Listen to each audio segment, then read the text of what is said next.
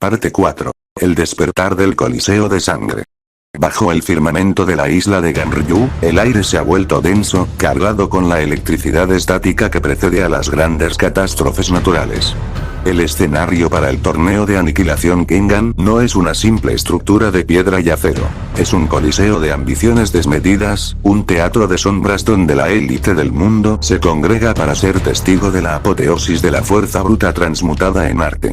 Entre la multitud, los representantes de las corporaciones más prestigiosas del globo aguardan como deidades menores, observando con ojos de buitre a los gladiadores que, con técnicas tan diversas como mortales, se preparan para reclamar su derecho a la inmortalidad sobre el polvo de la arena. Sin embargo, un nombre circula entre los susurros de los palcos privados y los pasillos de los vestidores, una palabra que parece pesar más que el propio aire: Kakaroto.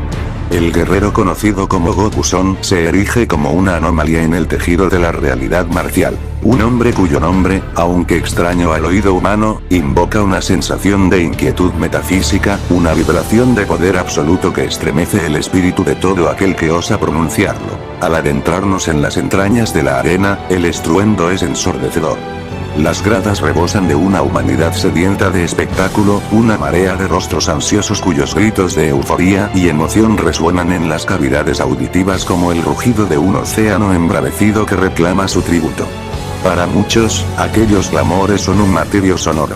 Para los combatientes, es el himno de guerra que marca el inicio de su sacrificio sagrado. De pronto, la luz del día parece contraerse, como si el recinto hubiera cruzado el umbral de un eclipse artificial. En el epicentro de la arena, un destello de fuego purificador estalla en la oscuridad, revelando la silueta de la mujer encargada de narrar la epopeya de sangre que está por desarrollarse. La belleza de la presentadora no es terrenal. Posee una cualidad sublime, un resplandor que para los hombres representa la visión de un ángel emergiendo de entre las llamas del caos.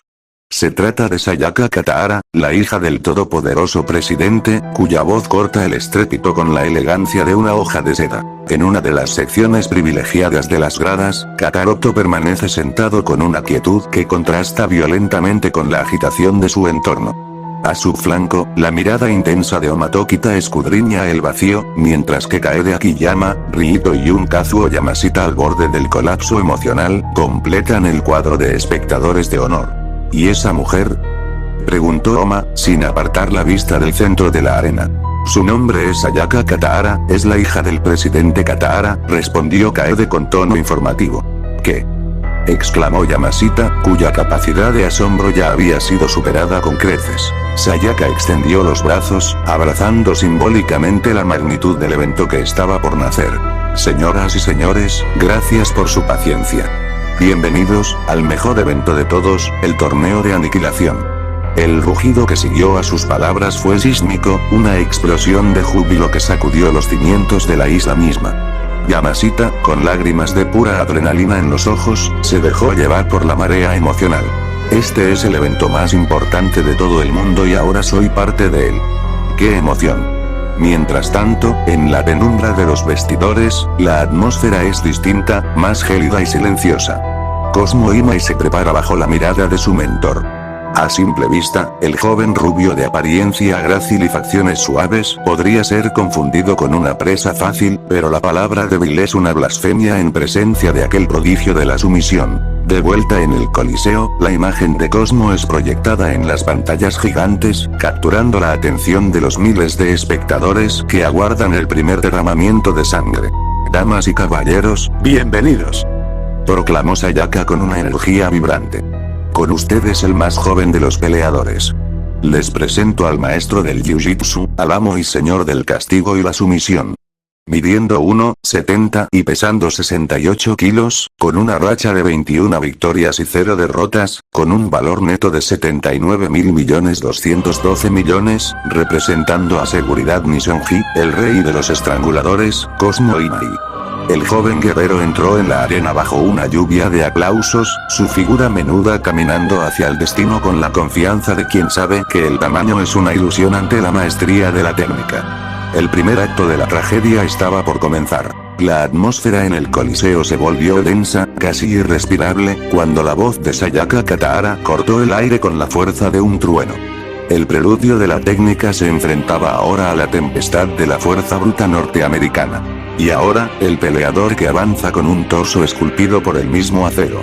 Desde los Estados Unidos, el salvaje perro callejero ha llegado para marcar su territorio por primera vez aquí, en el torneo de aniquilación Kengan. Midiendo 1,92 y pesando 107 kilos, con una victoria y un valor neto de 7.646 millones, el representante de Boss Burger. El emperador, Adam Dudley. El rugido de la multitud fue una marea de ruido cuando el gigante estadounidense pisó la arena, su mera presencia irradiando una violencia cruda y sin refinar. Desde las gradas, Kazuo Yamashita observaba la disparidad física con un temor que le helaba la sangre. La diferencia de envergadura entre el joven Cosmo y aquel coloso parecía una sentencia de muerte escrita en carne y hueso. La estatura de ese muchacho puede causarle muchos problemas para ganar el combate. ¿Usted qué piensa, señor On? Kazuo se interrumpió al notar que Tokita se había entregado a un sueño profundo, ajeno al clamor. Sin embargo, una voz profunda y serena, cargada de una autoridad que no pertenecía a este mundo, respondió en su lugar. Dudo mucho que la diferencia de tamaño sea relevante, sentenció Goku, cuyos ojos carmesí analizaban el flujo de energía en la arena. ¿O tú qué piensas, Kaede, no es así? Kaede, sintiendo un leve escalofrío ante la intensidad de la mirada del guerrero y un leve sonrojo, asintió con profesionalismo, aunque su corazón latía con una cadencia distinta. Sí, ese es mi Nomi, tienes razón, Kakaroto, la diferencia de tamaños no es importante. Al menos, no para Cosmo y Mai, afirmó la secretaria. Goku no respondió. Se limitó a observar el despliegue con una serenidad que rayaba en el aburrimiento. Para él, aquel intercambio de golpes era apenas un juego de niños comparado con las batallas celestiales que habitaban en su memoria. El combate estalló con una furia asimétrica. Adam Dudley avanzaba como una demolición humana, pero se encontró con un fantasma. Cosmo Imai no era una presa, era una corriente de agua inasible. La velocidad del joven rubio superó cualquier expectativa, transformando la arena en un laberinto de fintas y contragolpes quirúrgicos. Los movimientos de Adam, aunque cargados de una potencia capaz de astillar el concreto, resultaron lentos y predecibles ante el ojo entrenado del rey de los estranguladores. Cosmo detectó la guardia expuesta del gigante, una grieta en la armadura de músculos que aprovechó con la precisión de un rayo. Con un barrido técnico, el pelirrubio hizo colapsar la montaña de carne, enviando a Adam al suelo. Como una serpiente cerrando sus anillos, Cosmo se posicionó sobre su oponente. La brutalidad de Adam Dudley se asfixió ante la elegancia letal de la técnica. Mediante el uso de su visión periférica y anticipación absoluta, la zona, Cosmo Imai tejió una red de la que no hubo escapatoria. El gigante cayó, no ante la fuerza, sino ante la inteligencia suprema de la sumisión. Las crónicas del pasado nos transportan a las cumbres gélidas del Himalaya, un reino donde el oxígeno escasea y solo los elegidos por la montaña sobreviven. Allí, en el aislamiento de una tribu olvidada por el tiempo, nació un milagro de la biología. Un joven dotado de una fuerza que rozaba lo divino, a quien los suyos llamaron Arm, el protector. Sin embargo, el destino es un tejedor cruel. Un hombre de ambiciones pequeñas y cabeza grande, un mercader de sueños llamado Akio, descendió sobre ellos como una plaga silenciosa, arrancando al guerrero de sus raíces con promesas de gloria. Lo que la tribu no sospechó fue que Japón, con su neón y sus excesos, devoraría la pureza de su héroe, transformando al dios del Himalaya en un esclavo de la gula y los placeres electrónicos. De regreso al epicentro del caos, la voz de Sayaka Katahara volvió a rasgar el aire, cargada de una emoción que bordeaba el éxtasis. Y ahora, para nuestro siguiente combate, proclamó, mientras la imagen de una montaña de carne distorsionada por la obesidad aparecía en las pantallas. Un amante de los mundos virtuales, un hombre de extraordinaria fuerza y agilidad paradójica. Un obsesivo de la comida y las consolas, dispuesto a aplastar todo bajo su peso. Midiendo 2 metros con 42, y pesando 315 kilos, representando a Nintendo, el destructor, Haru Kono.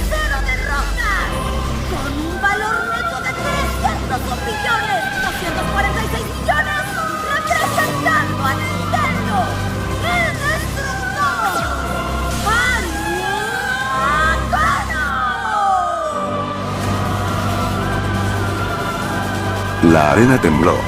El gigante entró como un monstruo de cuentos antiguos, un grito gutural escapando de sus labios, mientras la grasa y el músculo vibraban en una frecuencia de destrucción pura.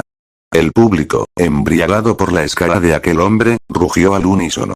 Pero el aire cambió de pronto.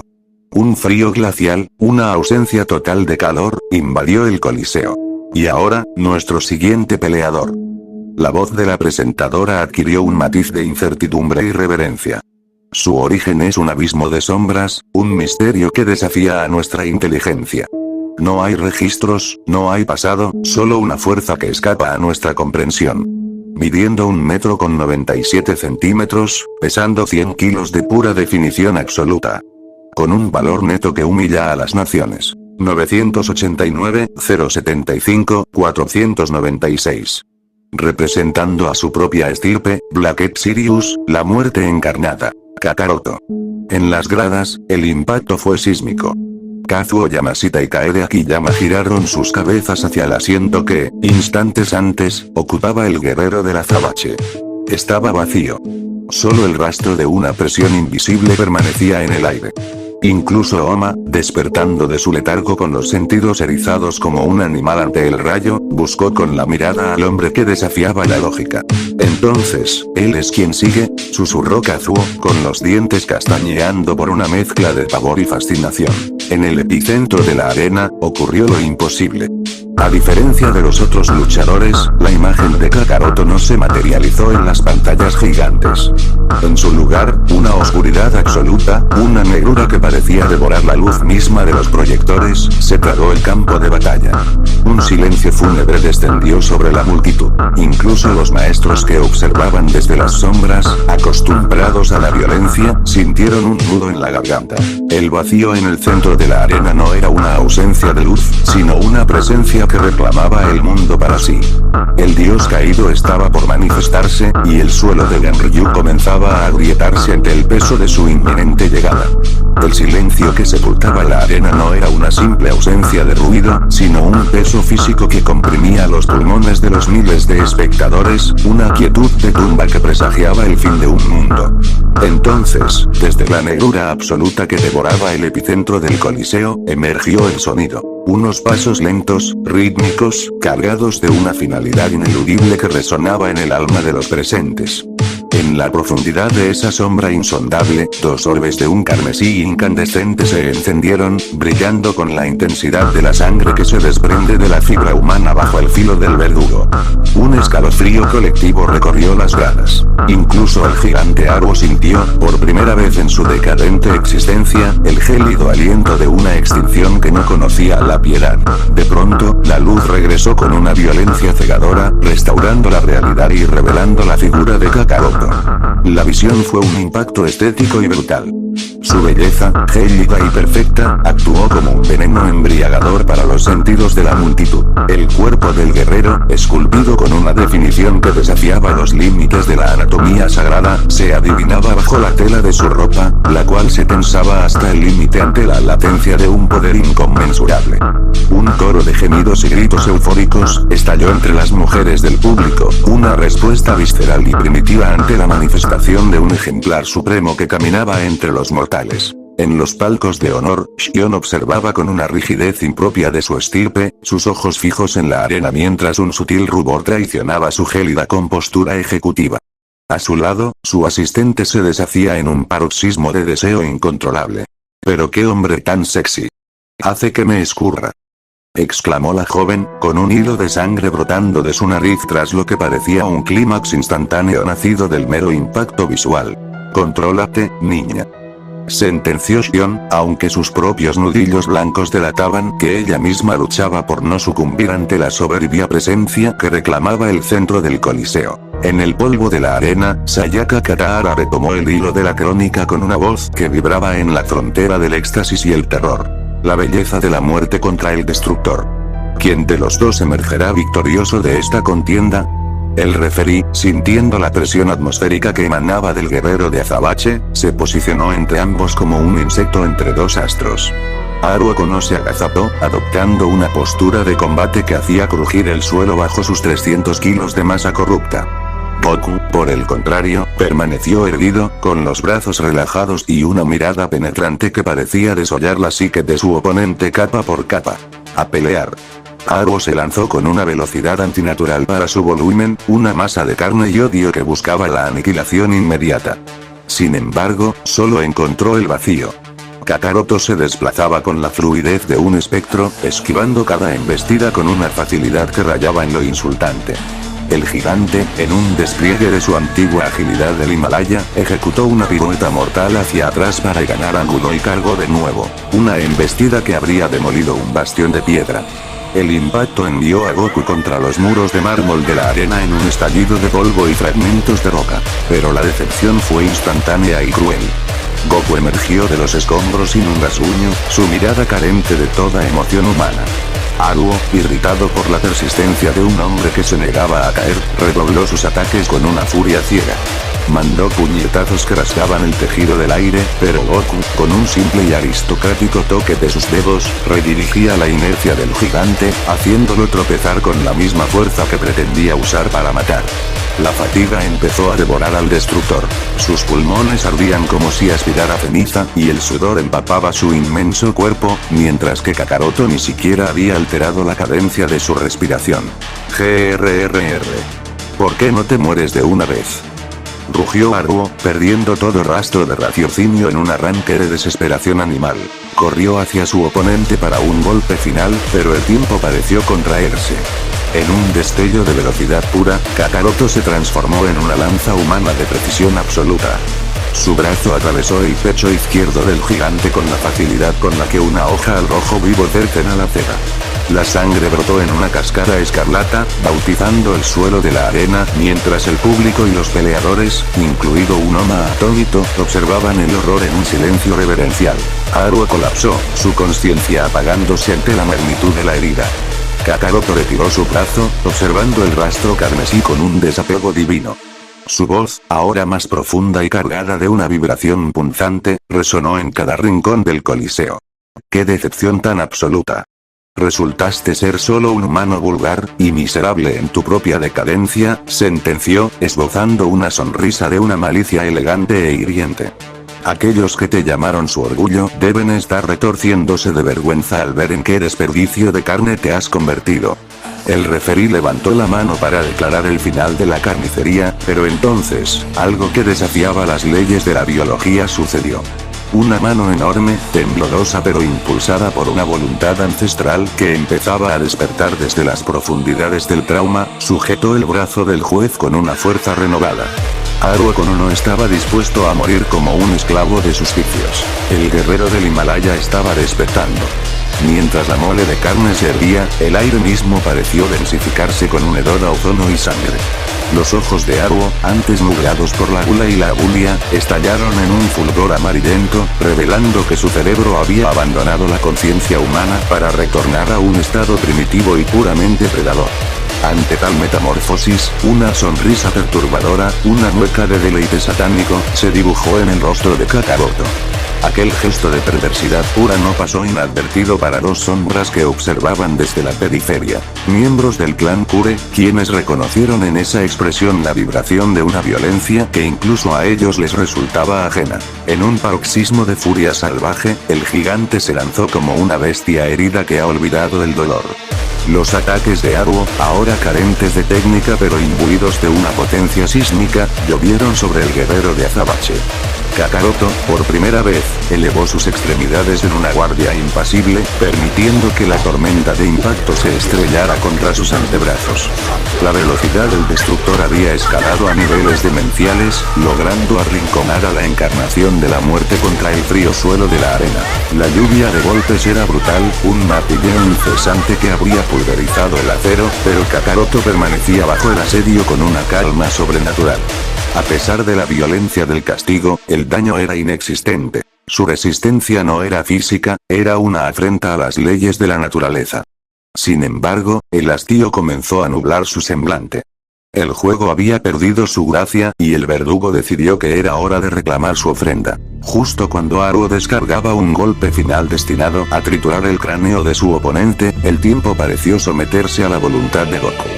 Antes de que el puño gigante consumara su trayectoria, Kakaroto extendió sus dedos índice y mayor con la velocidad de un rayo negro, perforando el ojo izquierdo de la bestia.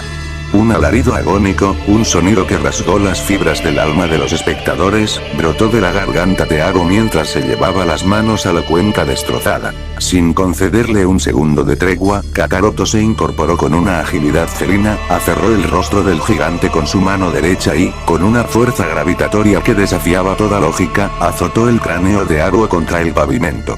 El impacto no fue humano. Un temblor sacudió los cimientos del Coliseo y un cráter se hundió en la piedra, sellando el destino del ídolo caído en un charco de sangre y fragmentos de mármol.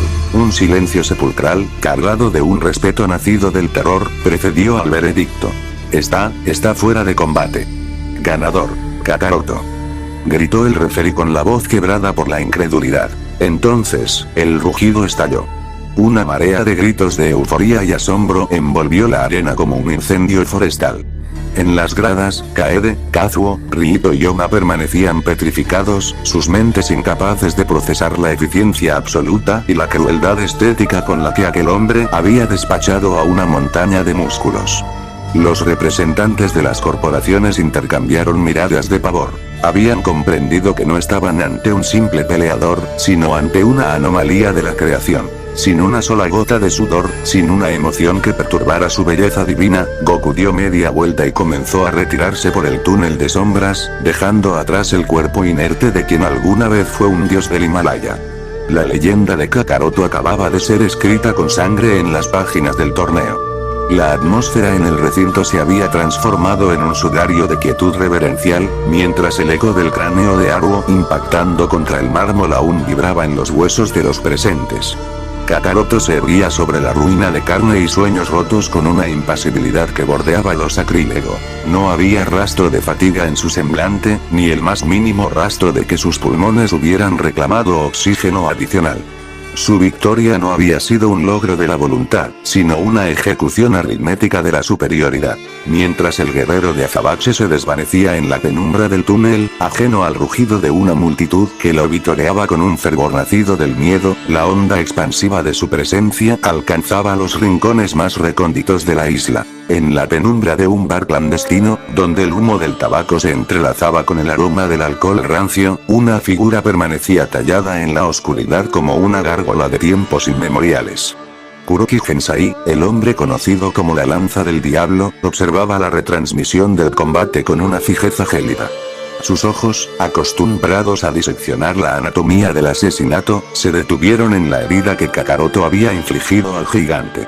No era solo la fuerza lo que inquietaba al maestro del estilo K1, era la ejecución técnica.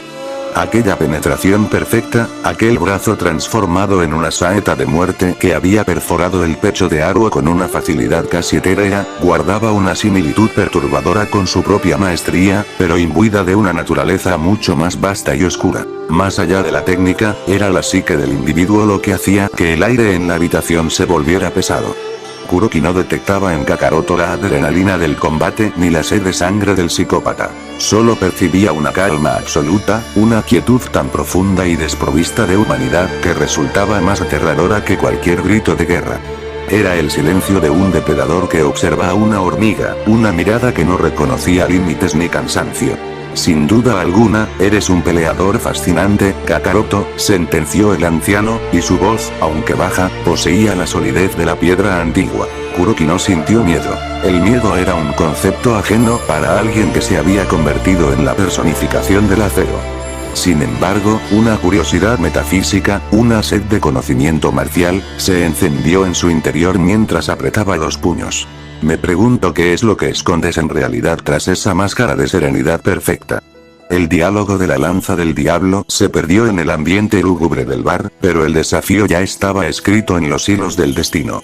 Mientras tanto, en los pasillos internos de la arena, Goku caminaba en soledad, sintiendo como los ojos de los poderosos se clavaban en su espalda como alfileres, ignorando que su mera existencia había comenzado a fracturar el orden establecido de la asociación Kengan. mientras la arena aún exhalaba el vapor de la sangre derramada y el eco del veredicto vibraba en los cimientos del Coliseo, en el estrato más exclusivo de las gradas, donde el lujo se funde con el poder absoluto, una presencia ancestral observaba el retiro de Kakaroto. Ryokure, el patriarca del clan de asesinos más temido de la historia y el colmillo original de la asociación Kengan, permanecía con la mirada fija en la silueta del guerrero, mientras una vena palpitaba con violencia en su sien, marcando un ritmo de furia y desconcierto. El aire alrededor del anciano se tornó denso, saturado por un instinto asesino que hacía que incluso sus guardaespaldas más curtidos evitaran el contacto visual. Para Ryo, lo que acababa de presenciar no era solo una exhibición de fuerza bruta. Era una afrenta personal. La imagen de su nieta Carla, la joya de su estirpe, procesando un amor obsesivo hacia aquel extraño, se mezclaba con la eficiencia casi divina con la que Kakaroto había profanado la carne del gigante Aru. Ese infeliz. No solo tuvo la osadía de rechazar y seducir a mi nieta, ahora se atreve a mostrar este nivel de soberbia en mi presencia. Masculló el patriarca, y sus palabras salieron como un siseo cargado de veneno y una inquietud que se negaba a admitir. Apretó los reposabrazos de su asiento con tal fuerza que la madera crujió bajo la presión de sus dedos sarmentosos. Sus ojos, pozos de oscuridad que habían visto caer a 1000 guerreros, intentaban diseccionar la naturaleza de aquel hombre que caminaba con la calma de un dios entre hormigas. Ni creas que esto te ganará un lugar en mi familia. ¿Te quedó claro?, exclamó al vacío, como si sus palabras pudieran alcanzar la mente de Goku en los pasillos inferiores. Necesitarás mucho más que simples trucos de velocidad para que yo te reconozca como mi nieto. Si el destino permite que te cruces con mi nieto Ryan, no quedará de ti ni el polvo del que fuiste formado. Al pronunciar aquel nombre, una sonrisa desquiciada, un gesto que desbordaba una malicia ancestral y una confianza ciega en la brutalidad de su linaje, iluminó su rostro arrugado. Para Ryo, Kakaroto era un enigma fascinante pero peligroso, una pieza que no encajaba en su tablero y que, tarde o temprano, tendría que ser sometida o destruida por el tabú de los Kure. Mientras tanto, ajeno a las amenazas del patriarca y a las miradas que intentaban perforar su misterio, Kakaroto continuaba su marcha hacia la penumbra de los vestidores, sintiendo como los hilos de la guerra comenzaban a tensarse a su alrededor, tejiendo una red de desafíos que solo un ser de su magnitud podría desentrañar. Las manecillas del destino continuaron su marcha inexorable, tejiendo una red de conspiraciones y violencia que se extendía mucho más allá del rugido de la arena. Bajo el sudario de una vigilancia gélida, Fusui Kure, un prodigio de la muerte con la mirada teñida por el abismo de su linaje, mantenía el dedo en el gatillo de su fusil de precisión. Su belleza, tan letal como hipnótica, contrastaba con la frialdad con la que apuntaba al corazón de la vulnerabilidad de Kazuo Yamashita, su hijo Kenzo. Poseedora de una piel de alabastro y unos ojos que parecían contener 1000 años de instinto asesino, Fusui aguardaba en silencio, mientras en las sombras del Coliseo, la brutalidad de su hermano Ryan ya se manifestaba, dejando a Ryuto como un testimonio sangrante de la disparidad entre un peleador y un ejecutor. La atmósfera del Coliseo se saturó de una expectación eléctrica cuando la voz de Sayaka Katahara volvió a reclamar el aire. Señoras y señores, gracias por su paciencia. Por favor, denle la bienvenida a nuestros guerreros. Proclamó, mientras la imagen de una bestia con forma humana inundaba las pantallas. Desde la estirpe de los asesinos más temidos, viene este hombre a reclamar su territorio. Un miembro del clan Kure, el hijo tabú que camina entre el miedo y la masacre. Midiendo 1,88 metros y debutando para sembrar el caos, representando a un DR Mount Incorporated. El hijo tabú, Ryan Kure.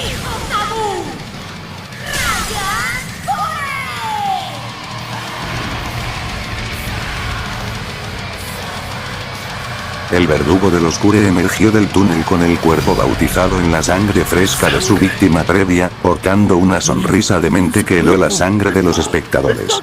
Su sola presencia era una blasfemia contra el deporte, un recordatorio de que en esa arena la muerte no era una posibilidad, sino una invitada de honor. Jajaja, por favor, como si fuera la primera vez que ven sangre, masculló Ryan, su voz cargada con un desprecio absoluto hacia la fragilidad de los presentes. Mientras tanto, en la penumbra del túnel opuesto, una escena de una ternura desgarradora se desarrollaba bajo el velo de la incertidumbre. Elena, una joven de pureza angélica, buscaba refugio en la seguridad de su hermano mayor.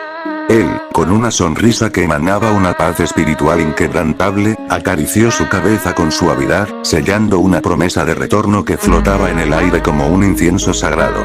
Tranquila, Elena. Estaré bien, murmuró el caballero antes de marchar hacia la luz de la batalla. Ocultos en la absoluta oscuridad de los pasillos, dos orbes carmesíes observaban la escena con una fijeza sobrenatural. Kakaroto, resguardado por las sombras profundas, contemplaba el vínculo de los hermanos con una mezcla de nostalgia gélida y una frialdad que parecía trascender el tiempo. Para él, aquel destello de humanidad era un fragmento de belleza efímero destinado a ser probado por el fuego del combate. Sayaka elevó su voz para presentar al Heraldo de la Luz. Y ahora, desde la lejana Inglaterra, un guerrero sin precedentes. Un luchador que eleva el servicio de Dios al arte de la guerra. El caballero sacro de la ciudad de Londres, el hombre más cercano al Señor. Midiendo 1,89 metros y con un récord impecable de 48 victorias. El exterminador Macario, Mokichi Robinson. Mokichi entró en la arena con la serenidad de un monje y la determinación de un cruzado, siendo recibido por el clamor de un público que veía en él la última esperanza contra la oscuridad del oscure. El caballero de la luz contra el caballero de la oscuridad. Anunció la presentadora mientras el aire vibraba ante el choque inminente de dos mundos opuestos. A pelear. Sentenció el referí. El combate estalló con una furia inmediata. Ryan, movido por un instinto asesino desenfrenado, lanzó una ofensiva salvaje, pero se encontró con la absoluta relajación de Mokichi. El caballero británico se desplazaba con una gracia litúrgica, esquivando los ataques de la bestia con una eficiencia que rayaba en lo milagroso. En un intento desesperado por quebrar la concentración de su oponente, Ryan le lanzó su propia sangre a los ojos, pero Mokichi no vaciló. Con una técnica que recordaba al acero templado, detuvo el avance del Kure, buscando someter su anatomía con la precisión de un verdugo sacro. Sin embargo, el clan Kure no era una estirpe común, eran el producto de siglos de una cría selectiva diseñada para engendrar la perfección marcial absoluta.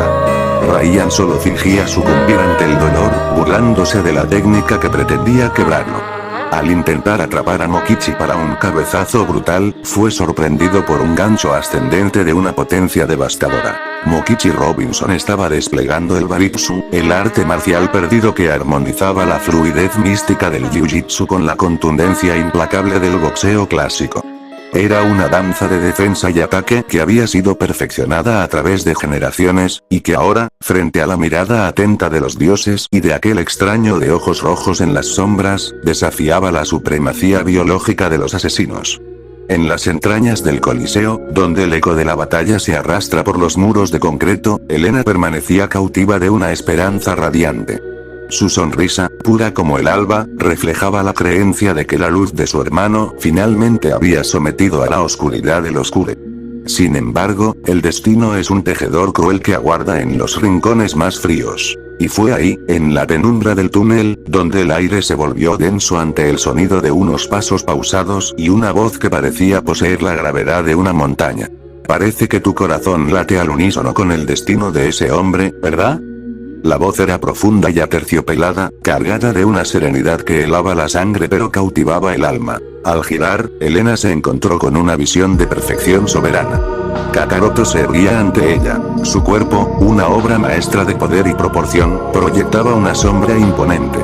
Sus ojos rojos, aunque gélidos, poseían una elegancia que desarmó a la joven, dejándola suspendida entre el temor reverencial y un rubor involuntario. Tú eres Kakaroto, ¿verdad? Balbuceó ella, con el aliento atrapado en la garganta.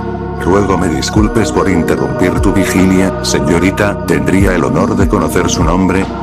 Preguntó él, extendiendo una mano firme en un gesto de caballerosidad absoluta. Me llamo Elena. El gusto es mío, respondió ella, estrechando su mano mientras sentía una calidez eléctrica. ¿Qué es lo que te trae a este lugar? Tu devoción captó mi atención desde la distancia.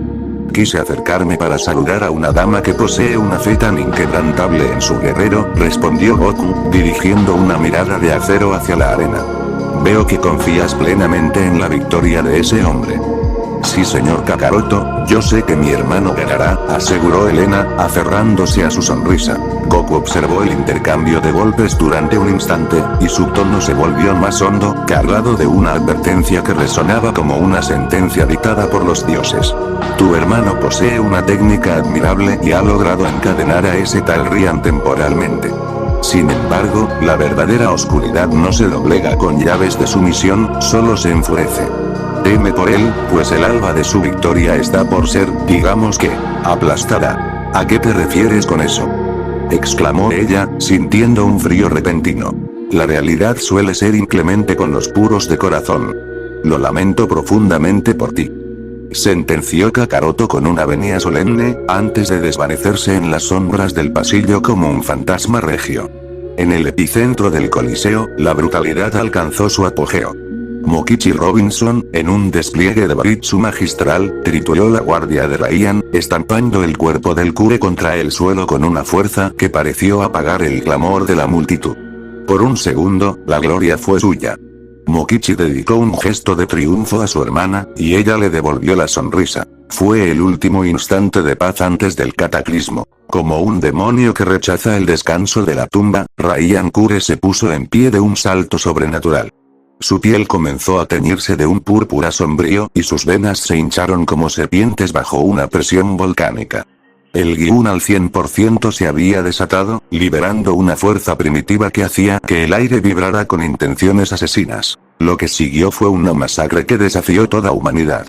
Ryan elevó el cuerpo de Mokichi por el cuello, alzándolo hacia el cielo como una ofrenda a su propia demencia. Su sonrisa, una mueca de maldad absoluta, precedió a sus palabras finales. ¿Qué pasó? ¿Eso es todo lo que tienes? ¿Tú crees que yo hago esto por un premio? Ryan apretó el agarre, y sus ojos negros con iris blancos brillaron con locura. No me interesa ganar este torneo, no me interesas tú, no me interesa el abuelo. Ni mucho menos los demás estúpidos peleadores.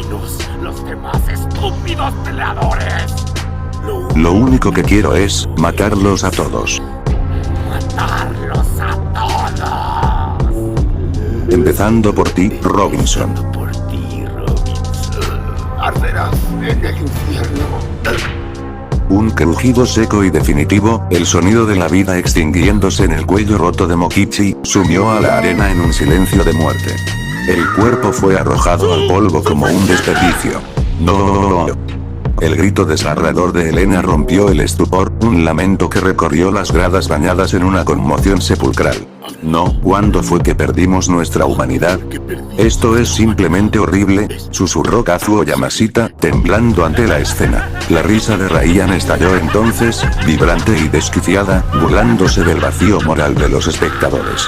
Ja ja ja ja ja ja ja. No sean hipócritas, esto es lo que querían. ¿Querían ver sangre o no? Pues aquí la tienen. ¿Qué están esperando? Aplaudan. Es el torneo de aniquilación. En los palcos superiores, Katara y Ryo observaban el caos. Ese muchacho, murmuró el presidente. Sí, respondió Ryo con orgullo sombrío, es el más inestable de nuestro clan. Su alma es la de un demonio indomable, una enorme bestia salvaje con sed de sangre. Espero que con esto entiendan que yo soy el hombre más fuerte. Rugió Ryan hacia el firmamento. Yo soy el hombre más fuerte. Desde la distancia, oculto entre los pliegues de la sombra, Goku observaba la carnicería con una frialdad glacial. No había piedad en su rostro, solo una evaluación silenciosa de la criatura que gritaba en el centro del coliseo. En la profundidad de su mirada, un fulgor rojo comenzó a arder con una intensidad peligrosa, reconociendo finalmente un nivel de malicia que merecía ser castigado por su propia mano. Fin de la parte 4.